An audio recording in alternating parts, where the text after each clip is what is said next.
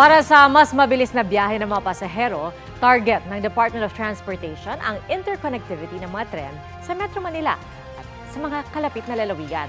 Sa pamamagitan po yan ng Greater Capital Region Railway System. Balita hatid ni Joseph Moro. Sa Oktubre, target buksan ng Department of Transportation ng Phase 1 ng LRT1 mula Baclaran hanggang Parañaque. Kaya nga nagsususpindi na ang LRT1 ng operasyon nila tuwing weekend bilang paghahanda rito. We're installing a signaling system in the Parañaque stations, and then we will connect it to Line 1 signaling system. It will depend on the testing and commissioning of the signaling.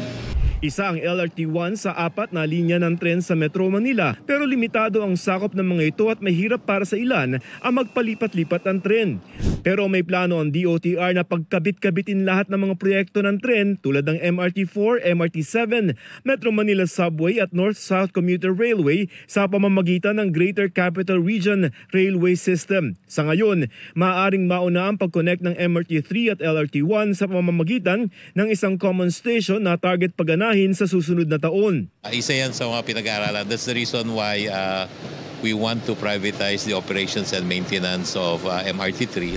Kapag napagdugtong na ang dalawang linyang ito ng MRT3 at LRT1, ito ang magiging loop kung saan tila kakabit ang iba pang linya ng tren na ginagawa ng gobyerno tulad ng North-South Commuter Railway Project. Pinuntahan ng DOTR ang depot sa Clark, Pampanga kung saan 82% ng kumpleto ang mga pasilidad.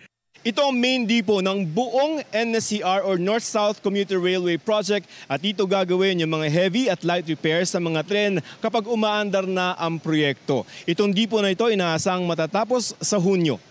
2027 ang target na partial operability mula Valenzuela hanggang sa Clark ng NSCR. Ang Metro Manila Subway naman maaari ring dumugtong sa common station. Pati ang ginagawa pa ring MRT7.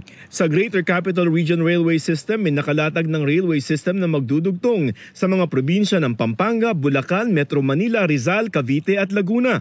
Yun talaga ang dream natin, no?